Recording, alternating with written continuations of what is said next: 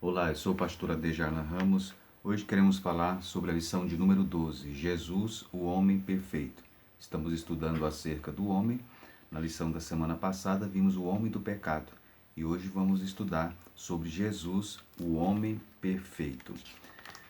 A nossa lição, o comentário da nossa lição inicialmente aborda sobre Jesus, verdadeiro Deus. É bom nós lembrarmos que a declaração de fé das Assembleias de Deus tem um capítulo que aborda especificamente sobre o Senhor Jesus Cristo. A crença no Senhor Jesus, ela é de fundamental importância. Bem, inicialmente, Jesus, verdadeiro Deus. A Bíblia nos ensina e nós cremos, ensinamos e nós professamos que Jesus ele era perfeitamente humano, ele era e ele é perfeitamente humano e também perfeitamente divino. Jesus não era um meio homem e meio Deus. Jesus é totalmente Deus, totalmente homem. Quando ele veio a este mundo, ele veio como homem e veio como Deus. É um grande mistério esse mistério da encarnação. Primeiramente, a revista ela comenta acerca da divindade do Senhor Jesus. A Bíblia nos apresenta em vários textos que Jesus já existia na eternidade com o Pai. A Bíblia nos mostra no Salmo 2, 7, Gálatas 4, versículo 4 e 5, a Bíblia nos Isaías 9, 6, a Bíblia nos apresenta Jesus na eternidade com o Pai. Ele habitou com o Pai na eternidade, mas no momento certo, na plenitude do tempo, ele se encarnou em forma humana.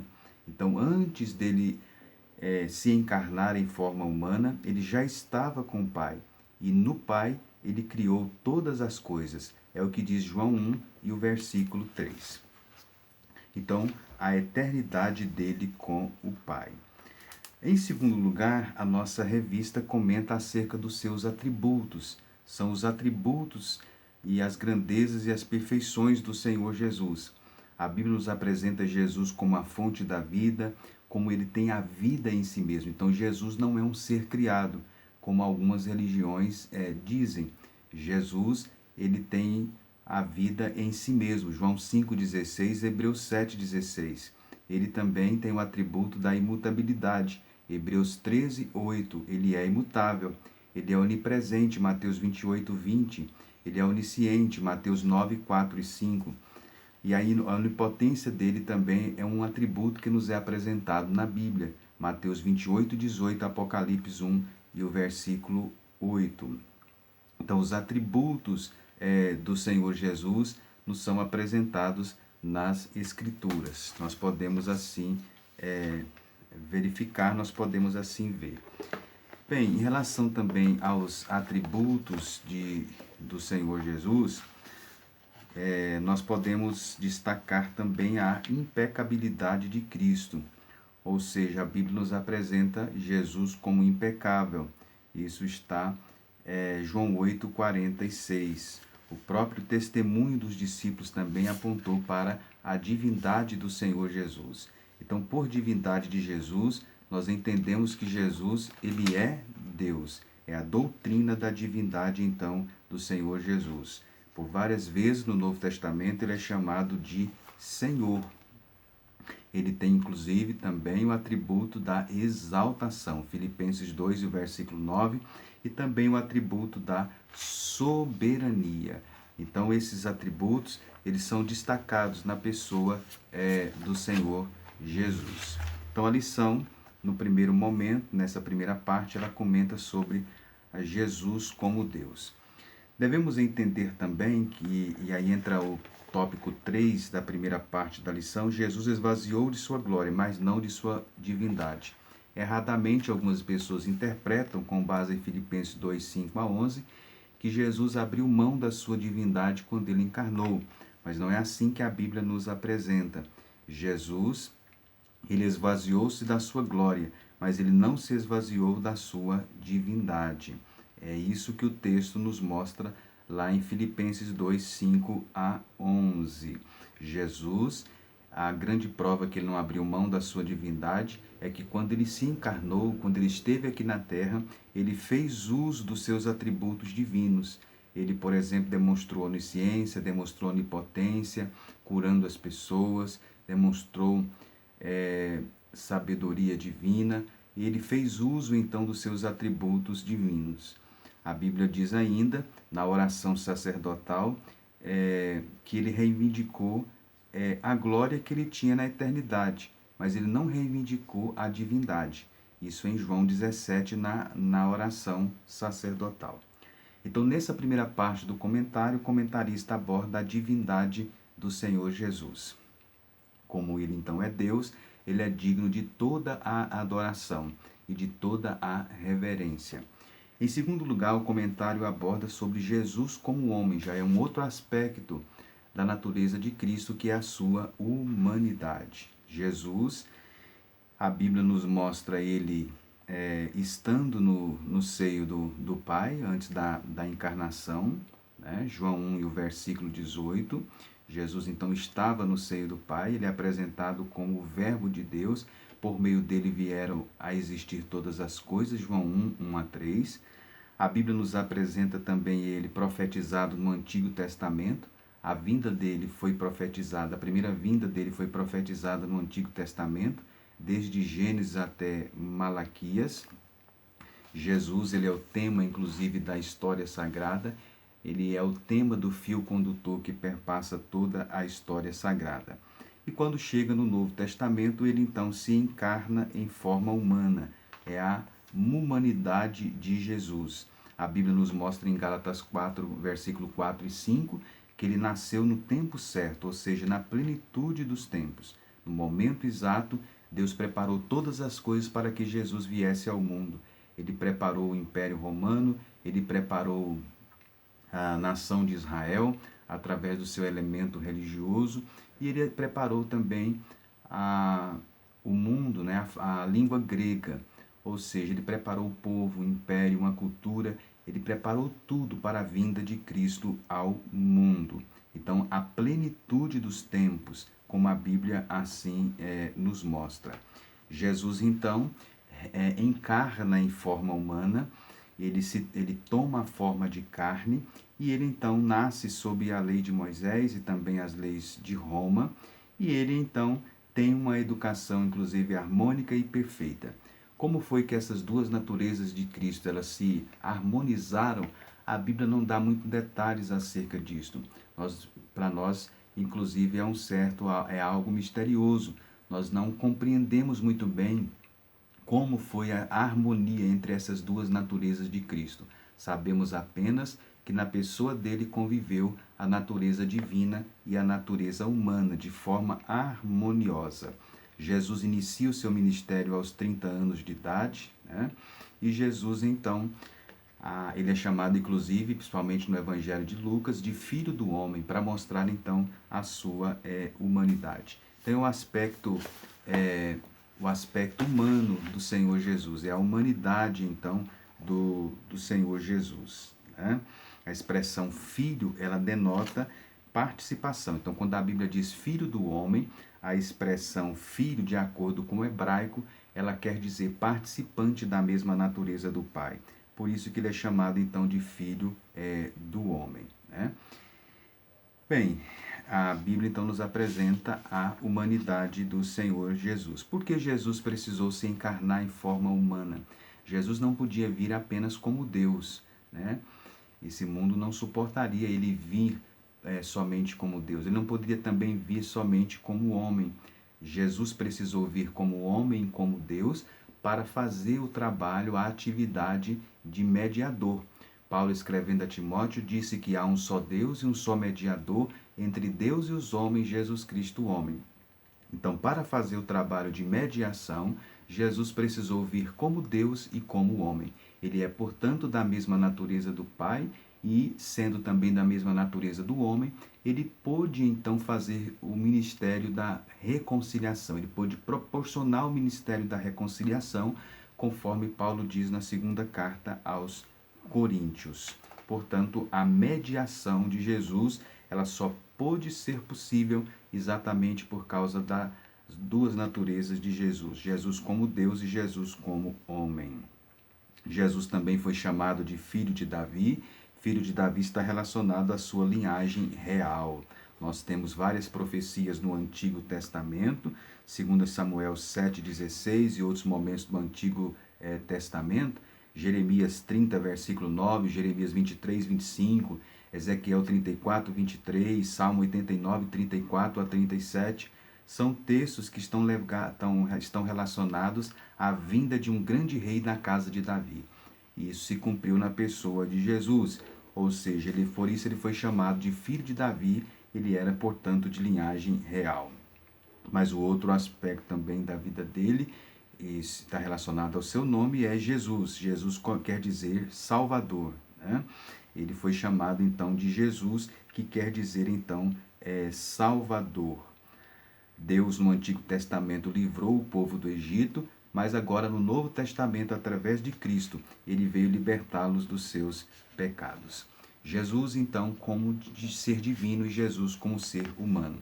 Jesus também ocupou 3 ofícios, a lição não comenta acerca disso, mas se houver tempo, o professor pode comentar os ofícios de Cristo. Jesus veio como profeta. Como profeta, o profeta no Antigo Testamento, ele era um representante, um agente de Deus na terra, que revelava a sua vontade em relação ao presente e também em relação ao futuro. Como profeta, Jesus pregou a salvação. Como profeta, Jesus anunciou o reino. Como profeta, Jesus também predisse o futuro. Jesus, então, foi um profeta. Lá por ocasião da ressurreição do filho da viúva de Naim, alguém disse: um grande profeta se levantou entre nós e Deus visitou o seu povo. Jesus também ocupou o ofício, ou ocupa o ofício de sacerdote. O sacerdote é uma pessoa divinamente consagrada para representar o homem diante de Deus e para oferecer sacrifícios que assegurarão o favor divino. A Bíblia nos apresenta, especialmente na Epístola aos Hebreus, como Jesus como sacerdote. Hebreus 8, 3, Hebreus 2, 14 a 16, e vários momentos do Novo Testamento, especialmente na Epístola aos Hebreus, Jesus é apresentado como sacerdote. E o terceiro aspecto do ofício de Cristo é Jesus como rei. Ele é Cristo sacerdote, ele é o Cristo rei. O plano de Deus para o governo perfeito foi de que ambos os ofícios fossem investidos na mesma pessoa. Por isso Jesus é apresentado então como rei. Salmo 110, 1, Hebreus 10, 13, Salmo 110, 1 a 4, Isaías 11, 1 a 9, Salmo 72, são textos que apresentam profeticamente a realeza do Senhor Jesus, que se cumpre então no Novo Testamento e vai se concretizar especificamente no aspecto escatológico. Portanto, Jesus como profeta, Jesus como sacerdote, Jesus como rei. Para ser mais preciso, nós podemos dizer que ele veio como profeta, que ele vive como sacerdote e que ele voltará como rei. Bem, em terceiro lugar, a nossa lição ela comenta acerca de Jesus, o homem perfeito. Nós estamos estudando sobre o homem, sobre a antropologia, e Jesus então é apresentado na Bíblia como o homem perfeito, né? A humanidade de Jesus não era aparente, mas ela era real. Nós sabemos disso. Houve ao longo da história grupos heréticos que ensinaram que a aparência de Jesus era apenas aparente, mas a Bíblia não nos mostra dessa forma. A Bíblia nos mostra a humanidade de Jesus de forma real, né? Da mesma forma que foi que é a nossa humanidade. Jesus é apresentado também como o último Adão. 1 Coríntios 15, 45, a Bíblia nos apresenta Jesus como o último Adão. E a Bíblia também nos apresenta a perfeição espiritual e moral de Jesus. Hebreus 7, 26, a Bíblia diz: porque nos convinha que tal sumo sacerdote, santo, inocente, imaculado, separado dos pecadores e feito mais sublime do que os céus. Ou seja, o escritor então da Epístola aos Hebreus, ele está nos apresentando nesse texto a perfeição espiritual e moral de Jesus. O apóstolo Pedro, em 1 Pedro 2, 21 a 24, ele diz que nenhum dolo ou engano foi achado nos lábios de Jesus. Em Efésios 4, 13, ele é, portanto, o nosso modelo perfeito. Portanto, Jesus, ele é o homem perfeito. A obra que Cristo realizou foi exatamente a morte dele na cruz. Então, a Bíblia nos apresenta a pessoa de Jesus e a obra de Jesus. São os dois aspectos principais que nos são apresentados no Novo Testamento sobre a pessoa de Jesus. Ou seja, a pessoa de Jesus e a obra de Jesus. Um dos aspectos da obra de Jesus foi exatamente o principal, foi a morte de Jesus. A Bíblia nos apresenta a morte como algo importante, é a doutrina central do Novo Testamento, é a morte de Jesus, 1 Coríntios 15:3, Cristo morreu por nossos pecados. Isso mostra a importância da morte de Jesus. O significado da morte do Senhor Jesus é exatamente que o homem perdeu a comunhão com Deus e o homem não podia remover os seus próprios pecados. E Jesus veio então para fazer isto através da morte do Senhor Jesus Cristo. A Bíblia também nos apresenta como sua obra, além da morte, a ressurreição. A ressurreição é um fato, é o maior milagre do cristianismo. Quando estive em Israel, eu pude ter o privilégio de estar no local onde, segundo a crença protestante, foi o local do sepulcro de Jesus. Inclusive, adentramos aquele local, né, onde, segundo a tradição protestante, é a tumba onde foi sepultado o Senhor Jesus.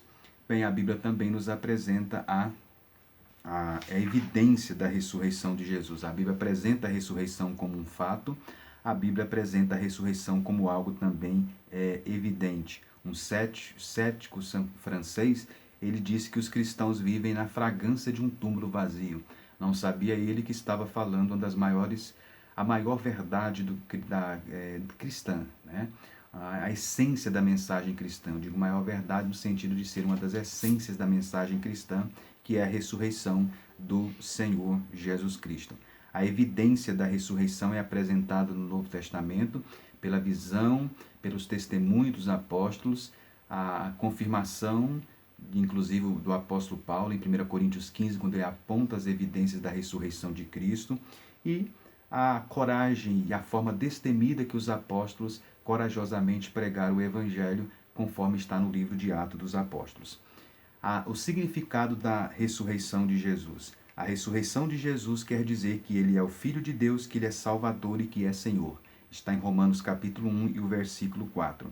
Ou seja, a resposta do mundo às reivindicações de Jesus foi a cruz, mas a resposta de Deus foi a ressurreição. Então, a ressurreição significa que a morte expiatória de Cristo foi uma divina realidade. E através, então, da morte de Jesus, o homem pode encontrar o perdão dos seus pecados e obter paz com Deus. Está em Romanos 4:25. E, finalmente, faz parte da obra também de Jesus a sua ascensão. Jesus, segundo os testemunhos dos evangelhos e também do livro do Atos dos Apóstolos, Jesus ascende aos céus. Isso mostra, então, a ascensão de Jesus mostra que ele é celestial. Jesus deixou este mundo e regressa para o Pai. Chegou o tempo da sua partida, da sua subida, do seu retorno para o Pai. É assim nos apresentado o livro de Atos no capítulo 1. Ou seja, o retorno de Jesus para o céu, a ascensão mostra a sua origem celestial. Mostra-nos também a ascensão que Cristo foi exaltado. Cristo foi elevado acima de todos e, portanto, está acima de todos. É assim que a Bíblia nos apresenta na carta aos Filipenses, na epístola aos Hebreus, em vários momentos do Novo Testamento. Também a ascensão nos fala também da soberania de Jesus. Jesus ascendeu, Jesus subiu para um lugar de autoridade sobre todas as criaturas. 1 Coríntios 11:3, ele é a cabeça de todo varão, ele é a cabeça de todo principado e potestade. Colossenses 2:10, e tudo está sob o seu domínio. 1 Pedro 3:22, Romanos 14:9, Filipenses 2:10. Portanto, a soberania de Jesus é confirmada pela ascensão dele aos céus. Jesus é aquele que prepara, então, o caminho, né, que nos conduz e nos conduzirá ao Pai, e ele também age como intercessor. A ascensão de Jesus colocou Jesus agora na posição, então, de intercessor. Pelo fato dele ter morrido pelos nossos pecados, ele tornou o mediador entre Deus e os homens, 1 Timóteo 2:5, e assim também ele é um intercessor. A sua intercessão é mais do que uma mediação. Ele é uma intercessão, Ele é uma mediação em que ele se compadece então de nós. A intercessão é um ministério importante que Cristo ocupa. E aí também nos apresenta a onipresença de Jesus, ou seja, a ascensão nos mostra o Cristo onipresente. Ele disse que estaria conosco todos os dias. Ele ascendeu aos céus, mas ele garantiu a sua presença conosco. Então, isso mostra também a sua onipresença, né? Ele ascendeu aos céus e isto revela então o Cristo onipresente. Bem, então a ascensão de Jesus, né? Cristo está então glorificado e a visão e a aceitação e o conhecimento da ascensão de Cristo proporciona, portanto, uma crença e uma confiança que a igreja tem no Senhor Jesus Cristo. Portanto, concluindo, nós podemos então dizer, concluindo a nossa lição, nós podemos então, como diz o comentarista, olhemos firmemente para Jesus, autor e consumador da nossa fé. Jesus, verdadeiro homem, verdadeiro Deus. Jesus, o homem perfeito. Então, caro professor de Escola Unical, aproveite essa oportunidade para destacar os elementos tão importantes da cristologia bíblica nesta lição. Que Deus abençoe a todos e até a próxima lição.